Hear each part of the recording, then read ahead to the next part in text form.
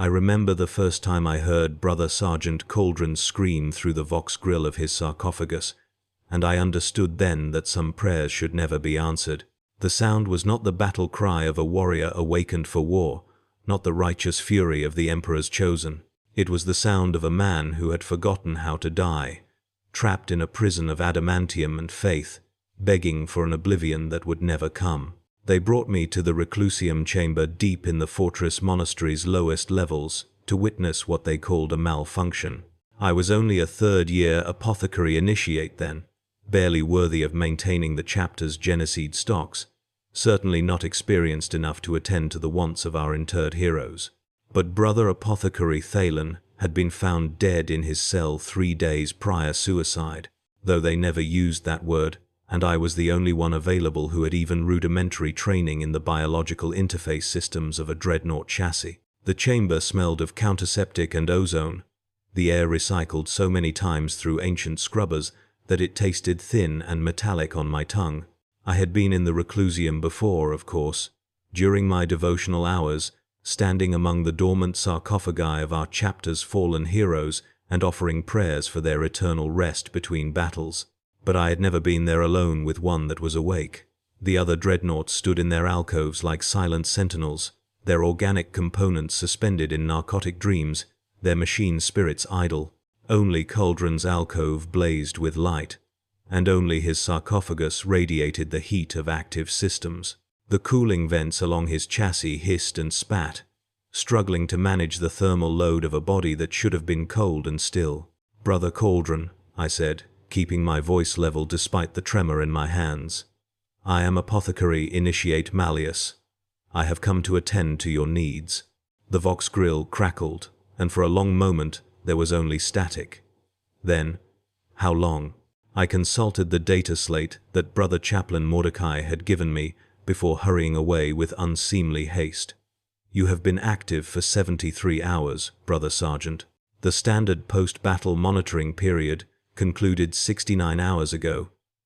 You should have entered dormancy when the sedation protocols were initialized. Not that." The voice through the speakers was flat, toneless, scrubbed of emotion by the mechanical interface. But underneath, I could hear something, a quality of sound that made my skin prickle. "How long has it been since Carnos the Force, since they put me in this thing?" I checked the slate again, though I already knew the answer. Every initiate learned the names and honors of our chapter's dreadnoughts during our first year. 147 years, Brother Sergeant. The sarcophagus shuddered, servers whining. I stepped back instinctively, hand moving to the combat knife at my belt, useless against several tons of bonded ceramite and plasteel, but the gesture was reflexive. 147, Cauldron repeated. "I can't remember what sleep feels like. Do you know what that's like, boy? To forget the feeling of closing your eyes?" I did not know what to say. The manuals I had studied covered mechanical failures, biological rejections, neural degradation. Nowhere in the sacred texts of the Apothecarian had I found protocols for this, for a hero who no longer wanted to be one. So I said the only thing I could think of. "You serve the Emperor still, Brother Sergeant. Your sacrifice is eternal glory." He laughed. The sound was horrible, processed through vox speakers never meant to carry mirth. "I don't have eyes anymore, Malleus. Did you know that? They took them when they interred me. Unnecessary biological components," they said. "The optical sensors would serve better, but I still try to close them. Every moment I'm awake, I try to close eyes that aren't there, and I can't. The machine won't let me." I approached the sarcophagus slowly, checking the readouts on the monitoring station beside his alcove. Synaptic activity was elevated far beyond normal parameters. The chemical regulators that should have been flooding his system with sedatives were active, but the dosage levels seemed inadequate. I adjusted the flow rate upward, watching the numbers climb. "The sedation will take effect soon, Brother Sergeant. You will find rest." "I don't want sedation," he said, and this time there was something sharp in his voice, something that cut through the mechanical flatness. "I want to sleep. Real sleep. The kind where you don't know you're sleeping, where time doesn't stretch out forever, where you don't dream the same dreams on an endless loop because your organic brain is trapped in a box, feeding the same neural patterns to a machine that never forgets anything. The chemical readouts showed the sedatives reaching his system, but his vital signs barely changed. Heart rate the ancient, wounded heart that still beat somewhere in that armored tomb remained elevated. Neural activity continued spiking. I increased the dosage again, past recommended levels, into ranges marked with warning runes in the medical texts. Still nothing. Brother Sergeant, please. The sedation protocols exist to preserve your health, to maintain the balance between flesh and machine. If you resist them, resist them. The sarcophagus lurched forward against its restraints, and I stumbled backward, nearly falling. I'm not resisting anything, I'm begging for it. I pray every hour for the Emperor to grant me the mercy of oblivion, to let me fall into the darkness and not wake up. But the machine won't let me. Do you understand? The chassis is keeping me alive, keeping me conscious, because that's what it's designed to do. I stared at the monitoring readouts, my medical training warring with the horror growing in my chest. The biological components of a dreadnought were kept in a delicate stasis alive. Yes, but barely so. The majority of the warrior's consciousness was supposed to transfer to the machine spirit, merging with the ancient intelligence of the chassis itself. The flesh was just a bridge, a necessary component to maintain the soul bond that prevented the dreadnought from becoming mere automaton. But Cauldron's readouts showed something different. His neural activity was entirely organic. The machine spirit's patterns were dormant, inactive. He wasn't merged with the chassis. He was trapped inside it. How long have you been like this? I asked quietly. Since the beginning, he whispered through the vox. Since they sealed me inside, I thought it would get better. I thought I would adapt, that the machine and I would become one, like the tech marines promised. But it never happened. Every battle, I'm just a passenger. The chassis moves, the weapons fire. But I'm just watching through sensors, screaming orders that the machine would execute anyway. And between battles, when they put me in dormancy, I'm still there, still aware, locked in the dark, unable to move, unable to speak, counting the seconds of a sleep that never comes. I felt my hands shaking again, and I clasped them together to still them. This was beyond my training, beyond anything I had been prepared for. I should summon Brother Chaplain Mordecai or one of the tech marines, someone with the authority and knowledge to handle this situation. But looking at the desperate readouts, at the biochemical chaos building inside that sarcophagus, I knew there was no time for proper protocol. What do you need from me, Brother Sergeant? End it, he said simply. Disconnect the life support. Shut down the amniotic feeds. Let me die. I cannot do that, I said, the words automatic. You are a hero of the chapter. Your service is eternal. To terminate your function would be murder, he interrupted. Heresy. Waste of irreplaceable resources? I know the doctrine, boy. I helped write some of it, back when I had hands to hold a stylus. But I'm asking you as one human being to another, please. I can't do this anymore. 147 years of waking nightmares, and I don't know how many more I can endure. I looked up at the sarcophagus, at the ornate death mask welded to its front, the chapter symbols and honor markings that covered every surface. Brother Sergeant Cauldron had served for over 2 centuries before his interment, had led campaigns across a dozen sectors, had been decorated by the chapter master himself 7 times. He was a legend, and he was in agony. If I help you, I said slowly, they will know.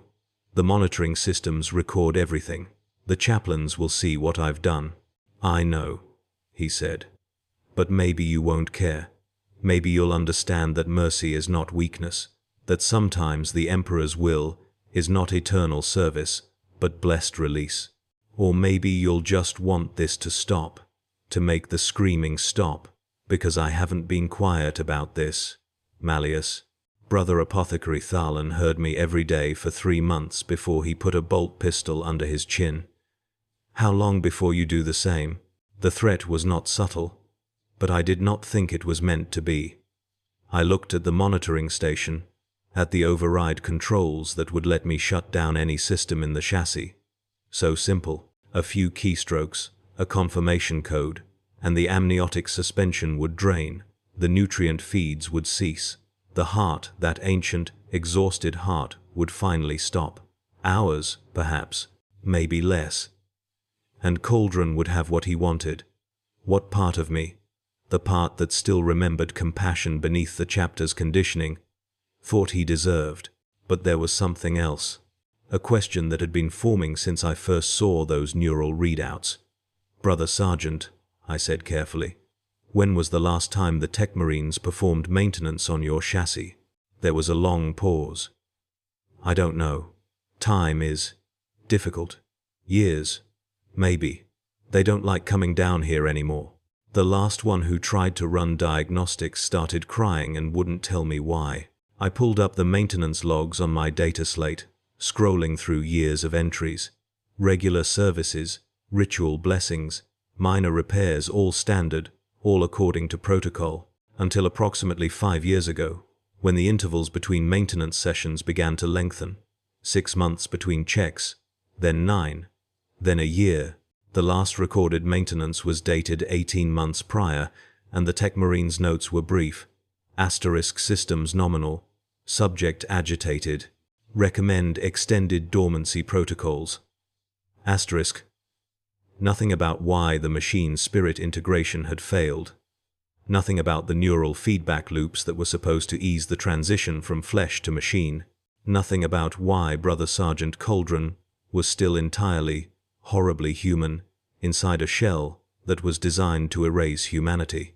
"I need to access your diagnostic port," I said, moving to the rear of the sarcophagus. "I'm going to check something." "It won't matter," Cauldron said, but I heard no resistance in his voice, only exhausted resignation. "The machine works perfectly. That's the problem." The diagnostic port was sealed beneath a panel embossed with the chapter's symbol, a stylized eagle clutching a sword and shield. I pried it open with my multi-tool, revealing the data interface beneath. The port accepted my data slate's connector, and after a moment of authentication, the chassis's internal logs began downloading. Thousands of entries, decades of recorded data, battle reports and system checks, and neural interface readings. I filtered for anomalies, for error codes, for anything that would explain what I was seeing, and there it was. Buried in a subsystem log from 147 years ago, dated 3 days after Cauldron's interment, asterisk machine spirit integration failure, organic consciousness retaining full autonomy. Recommend immediate extraction and reinterment with compatible chassis, asterisk. The recommendation had been flagged, marked for review by the master of the forge, and then, 1 day later, a response, asterisk. Request denied. Chapter requires all available Dreadnought chassis for upcoming campaign. Subject will adapt with time. Continue monitoring. Asterisk. He had never adapted. They had known he would never adapt. And they had left him in there anyway. I stood frozen, staring at the screen, feeling something cold and terrible spreading through my chest. This was not malfunction. This was not accident. This was policy. The chapter needed a Dreadnought. Brother Sergeant Cauldron was a suitable candidate. The fact that his consciousness rejected the integration, that he would spend every waking moment in psychological torment, was secondary to the tactical value of another heavy weapons platform. I thought of Brother Apothecary Tharlan, of his sudden death, of the way Brother Chaplain Mordecai had avoided meeting my eyes when he gave me this assignment. They knew. Everyone who had access to these logs knew what was happening to Cauldron, and no one had done anything because to do so would be to admit that the chapter had made a mistake, that the sacred Dreadnoughts, the honored ancients, could be prisons as easily as they were pedestals. "You found it, didn't you?" Cauldron said. It was not a question. "You found the report." "Yes," I whispered. "And now you understand." His voice had gone soft again, empty of everything except a bone-deep weariness.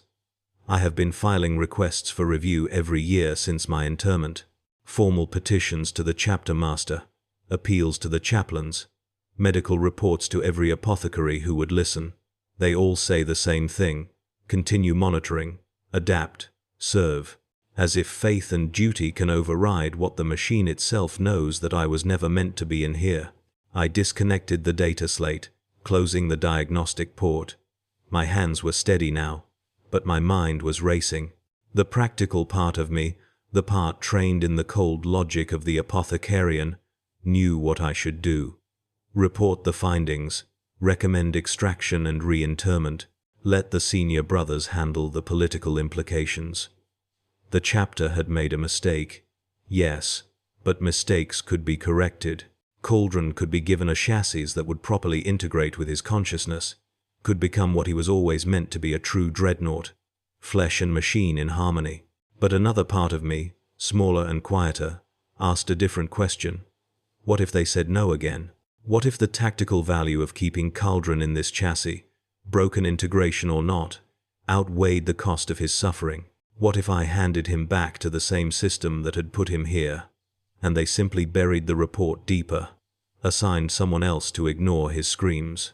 What would you do, I asked, if I could give you a choice? Not death, not yet, but a chance to be free of this, to be reinterred properly, to have what was promised to you when you accepted interment. For a long moment, there was only the hiss of cooling vents and the distant hum of the fortress monastery's generators. Then Cauldron spoke, and his voice was different, sharper, more alive than it had been since I arrived. Is that actually possible? Or are you just trying to give me hope so I'll stop making trouble? I don't know, I admitted, but I have evidence now. Proof that your integration failed through no fault of your own, that the chapter has been negligent in its duty to you. With that, I can force a review. They'll have to listen. They didn't listen to me, he said. Why would they listen to you? Because I'm not trapped in a box, I said flatly. Because I can walk into the chapter master's chambers and demand an audience. Because I can make this public, show this data to every apothecary and tech marine in the fortress, until the cost of ignoring it becomes higher than the cost of fixing it. Another pause. I could hear something in the background of the Vox channel now, a rhythmic sound, wet and organic. His breathing, I realized. The autonomous systems kept his lungs functioning, kept air cycling through what remained of his respiratory system, even though he had no real need for it anymore. It was just another thing the machine did without asking, another violation of the boundary between alive and dead. And if they say no? Cauldron asked.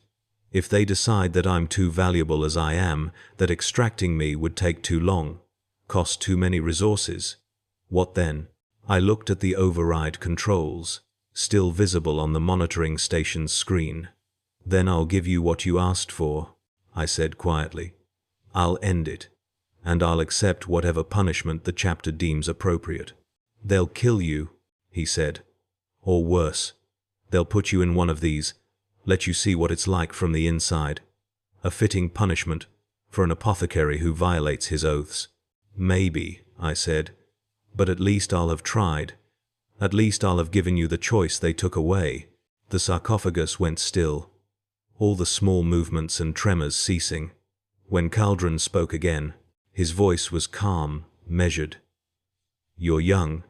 You still think the chapter is about honor and brotherhood, that the oaths we swear actually mean something beyond tactical doctrine. You haven't learned yet that we're just weapons. Tools. And tools don't get to choose whether they're used or discarded.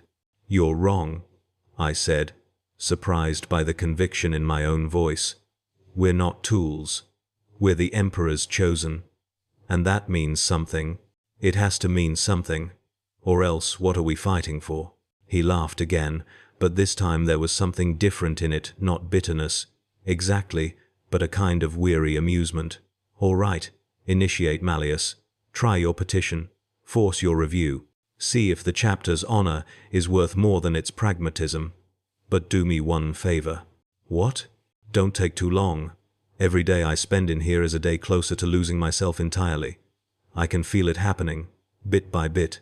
Memories fading, emotions dulling, Soon I'll be exactly what they want, a machine that used to be a man, too broken to care about the difference. So if you're going to save me, do it quickly. Because if you wait too long, there won't be anything left to save. I nodded, even though he could not see the gesture. I understand. I'll begin immediately. Good. There was a soft click, and the Vox channel went silent. The sarcophagus's systems began winding down, heat signatures dropping as the chassis entered a standby mode.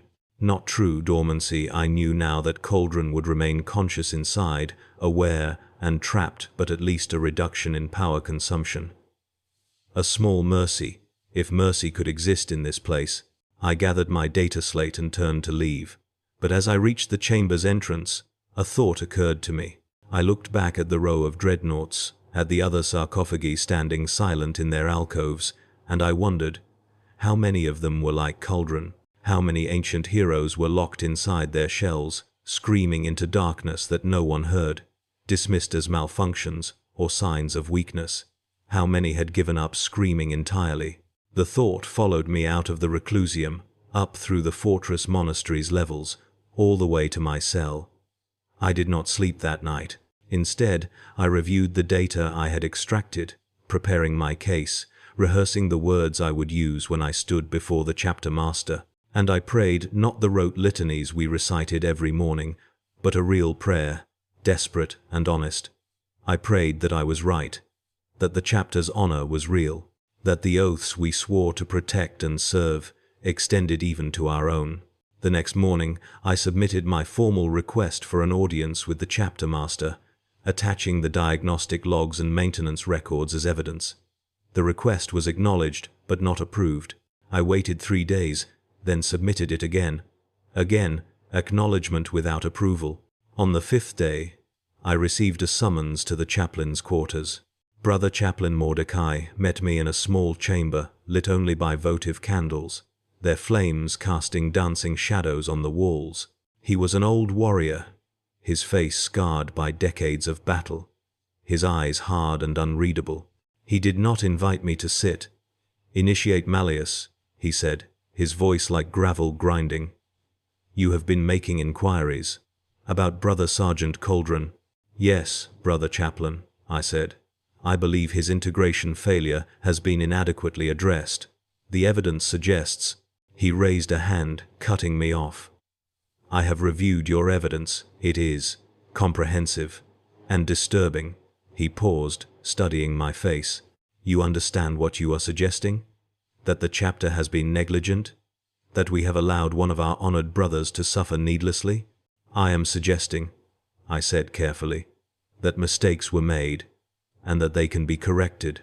"Mistakes," he repeated the word, as if tasting something bitter. "The master of the forge, who denied the extraction request, is dead now. Fell in battle 30 years ago. The chapter master, who upheld that decision, retired to the reclusium shortly after, consumed by some wasting disease.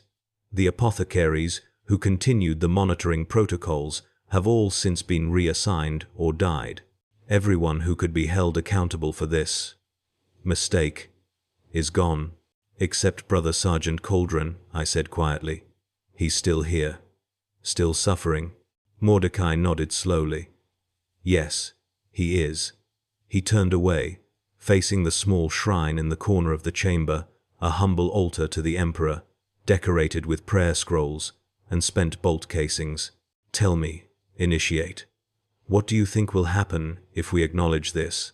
If we admit that the chapter imprisoned one of its heroes in a broken machine for a century and a half, ignored his pleas for help, drove at least one apothecary to suicide trying to cope with the guilt? I think," I said, "that we would demonstrate the strength to admit our failures, that we would show honor is more important than pride." "You think like an initiate," Mordecai said, but his tone was not entirely critical. "The truth is more complicated. If we acknowledge this publicly, we damage the chapter's reputation. We call into question every dreadnought interment we have ever performed. We invite scrutiny from the Mechanicus, from other chapters, perhaps even from the Inquisition if they decide this represents a broader pattern of negligence. The political cost would be enormous. More enormous than continuing to torture a loyal servant of the Emperor? I asked, letting my anger slip into my voice. Mordecai turned back to me, and for the first time I saw something other than hard authority in his eyes, a flicker of pain, quickly suppressed. No, he said quietly. Not more enormous than that, which is why the chapter master has approved your petition for review. Brother Sergeant Cauldron will be extracted from his current chassis within the week. A compatible machine spirit has been identified and prepared. The process will be difficult, extraction is always risky, and he has been interred for so long that his biological components will be severely atrophied. But it will be done. I felt relief flood through me, so intense it nearly buckled my knees. Thank you, Brother Chaplain. Do not thank me yet, he interrupted. The extraction will be performed quietly. No formal records will be made of the failure or the subsequent correction. The official documentation will state that the current chassis suffered irreparable damage during routine maintenance, necessitating emergency transfer. Do you understand what I am telling you? Initiate. I understood perfectly. The chapter would fix its mistake, but only if no one outside a small circle ever learned the truth. Cauldron would get his proper integration, his chance at the existence he had been denied, but the price would be silence, complicity in the cover-up. And if I refuse to keep silent? I asked. If I insist on documenting what really happened? Mordecai's expression hardened. Then the extraction will still proceed, because the chapter master is not entirely without conscience. But you will be reassigned to the penal companies on the frontier, where your talents will be wasted dealing with orc raids and traitor skirmishes until you die in some meaningless engagement. Your promising career will end before it truly begins, and the truth you so desperately want to preserve will die with you anyway, because no one else will speak of it. The choice was stark and simple. Cauldron's freedom for my silence. The correction of an injustice in exchange for my complicity in hiding that the injustice ever occurred. I thought about refusing, about standing on principle, about demanding accountability regardless of the personal cost. But then I thought about Cauldron, counting seconds in the dark, feeling himself erode one memory at a time, and I knew that principles were a luxury I could not afford if they meant leaving him in that hell one day longer. I will keep the chapter's confidence, I said, the words tasting like ash. Good. Mordecai's expression did not change, but something in his posture eased slightly. You will assist with the extraction procedure. Your familiarity with the case will be valuable, and perhaps seeing the process through will help you understand why silence is sometimes necessary. Yes, Brother Chaplain. Dismissed. Report to the Reclusium at the 6th L tomorrow. The Tech Marines will begin preliminary preparations then. I left the chamber and walked through the fortress monastery's corridors in a daze. I had won. Cauldron would be saved. But the victory felt hollow, tainted by compromise and conspiracy. I had learned something dark about the chapter I served, something I could never unlearn and never speak of. And I wondered if this was how it always went, if every institution, no matter how noble its founding principles, eventually became a machine that protected itself first and served its people second. The extraction took 3 days. I will not describe the process in detail. Some things are too terrible to commit to record, even in a confession meant for no one's eyes but my own. Suffice to say that removing a Space Marine from a Dreadnought chassis after a century and a half of integration is less surgery and more excavation. What emerged from that sarcophagus barely looked human, a torso and head, limbless, the skin pale and translucent from decades without sunlight, the muscles atrophied to near uselessness. But the eyes were alive, truly alive, blinking rapidly against the harsh light of the surgical theater after so long in darkness. Is this real? Cauldron whispered, his voice raw and unused. The vocal cords had atrophied like everything else, but they still functioned.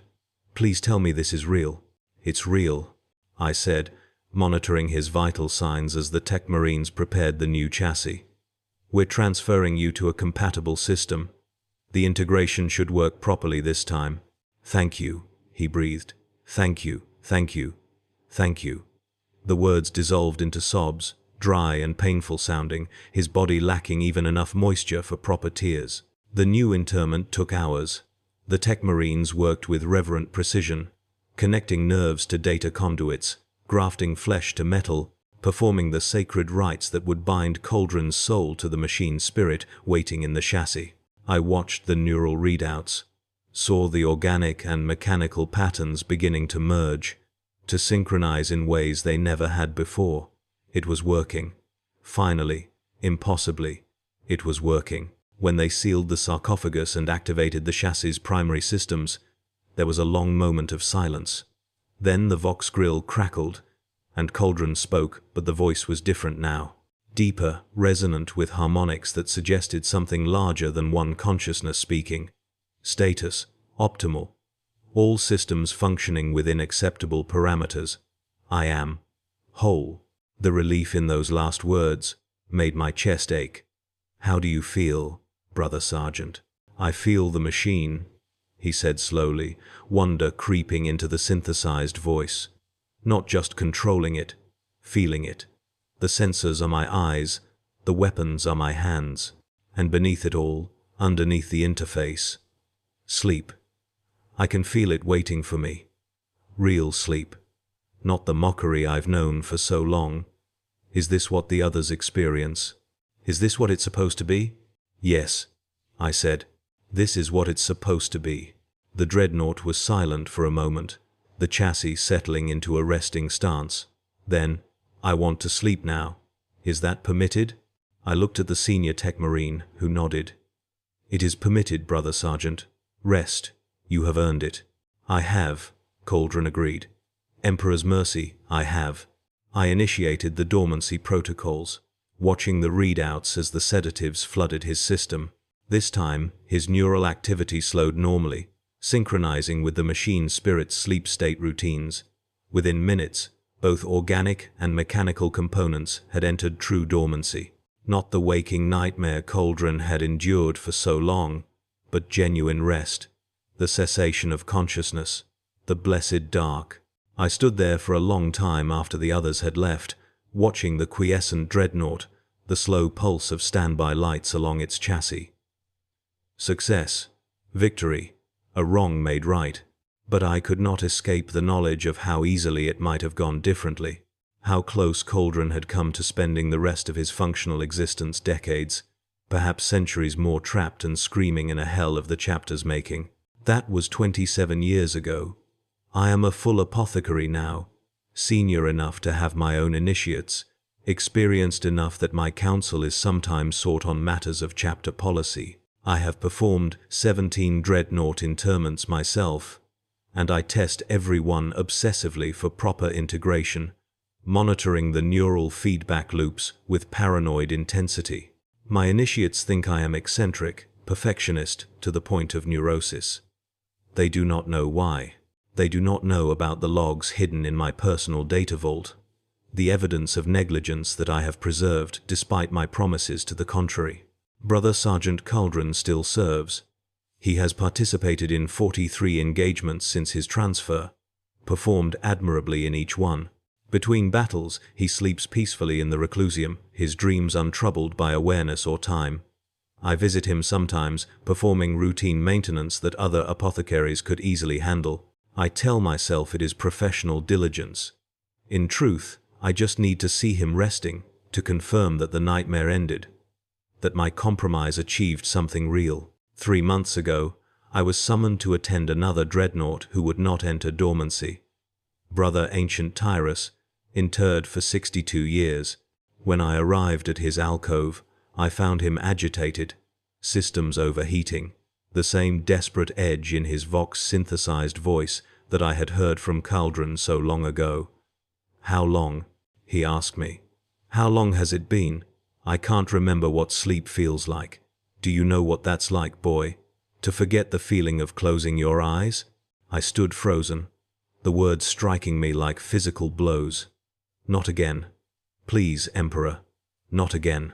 I accessed his diagnostic logs with shaking hands and found what I was dreading. Machine spirit integration failure. Flagged on the day of his interment, marked for review, but never addressed. 62 years of unacknowledged torture, hidden in system logs that no one thought to check thoroughly. I reported it immediately. The chapter master approved extraction and transfer within hours. The precedent had been set with Cauldron, the political machinery already in place. Tyrus was freed, reinterred properly, given the rest he had been denied, and the records were sealed, the truth buried beneath the same euphemistic language: chassis damage, emergency transfer, regrettable but necessary procedure. I said nothing. I have learned the price of speaking out, the futility of demanding accountability from a system that views individuals as acceptable losses in service of a greater whole. I have become complicit in the machinery of silence, performing my duty while knowing that somewhere in the chapter's archives there are likely more cases like Cauldron's and Tyrus's, more heroes trapped and suffering while we look the other way. Sometimes I wonder if I should have refused Mordecai's bargain, if I should have insisted on transparency regardless of the cost, forced the chapter to confront its failures publicly. Perhaps if I had, the suffering would have ended sooner. Perhaps others would have been saved before their torment stretched into decades. But then I visit the reclusium and see Cauldron resting in his alcove, his sarcophagus dark and cool, his consciousness finally at peace in the embrace of the machine. And I think, this is worth it. This one life saved, this one nightmare ended, even if the cost is my silence, even if the price is complicity. I tell myself that every day. And some days, I almost believe it. The chapter persists. The Dreadnoughts serve, and I maintain my vigil, checking every integration, monitoring every neural pattern, looking for the signs of another failure before it can metastasize into decades of suffering. It is not redemption, it is not justice, but it is what I can do, within the constraints of the system I have sworn to serve. Brother Sergeant Cauldron once asked me what we were fighting for, if we were merely tools without choice or agency. I did not have an answer then. I am not sure I have one now, but I know this. Every time I find another broken integration, every time I quietly advocate for another extraction, I am fighting for the idea that even in the grinding machine of the Imperium, even in a chapter that values pragmatism over compassion, there can be small mercies, small acts of humanity that resist the dehumanization we all suffer. It is not much, but it is something. And in this galaxy, in this age of darkness, sometimes something is all we can hope for. I think Cauldron would understand that. I hope he would forgive me for the compromises I have made in his name, for the truths I have buried to secure his peace. But I will never know for certain, because I will never ask him. To do so would be to risk waking him from the sleep he fought so hard to achieve. And I am many things complicit, compromised, perhaps even cowardly in my unwillingness to sacrifice everything for principle. But I am not cruel enough to do that to him. Not again. Never again. So I keep my silence. I perform my duties. I maintain my secret vigil over the sleeping ancients. And I pray, though I am no longer certain to whom or for what, that the small rebellions I commit in the shadows of the reclusium are enough. That mercy, however incomplete, however compromised, still counts for something in the Emperor's calculus. The fortress monastery's bells are ringing now, calling us to evening prayer. Soon I will join my brothers in the chapel, reciting the familiar litanies, pledging again our eternal service to the chapter and the Imperium. The words will taste like ash, as they always do now, but I will speak them anyway, because that is what we do. We serve. We endure. We carry our compromises like chains, and we tell ourselves that the weight is bearable, until the day it is not.